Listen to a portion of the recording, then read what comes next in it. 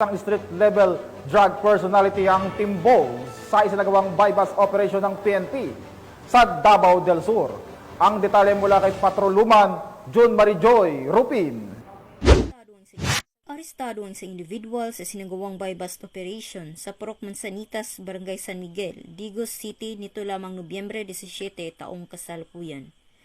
Kinilala ni Police Lieutenant Colonel Florante S. Retes, Chief of Police ng Digos City Police Station, ang suspect na si alias Juven, 50 anyos at residente ng Lapu-Lapu Extension, Barangay San Miguel, Digos City. Ayon pa kay Police Lieutenant Colonel Retes, naaresto ang suspect na pinagsanib pwersa ng mga tauhan ng Digos City Police Station, Regional Drug Enforcement Unit 11 at 1st Davao Sur Provincial Mobile Force Company.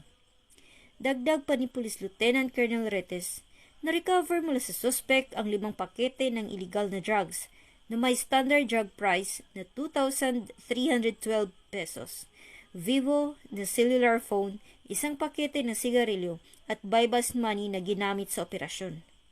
Kasalukuyang nasa kustudiya ng Digos City Police Station upang dumaan sa tamang disposisyon at maharap sa kasong paglabag sa Republic Act 9165 o Comprehensive Dangerous Drugs Act of 2002.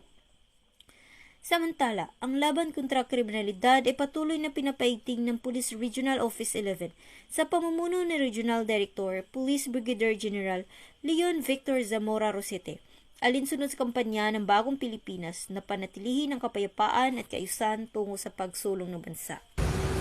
Mula dito sa Police Regional Office 11, ako ang inyong PNN correspondent, Patrolwoman June Marijoy Rupin, alagad ng batas, tagataguyod ng balitang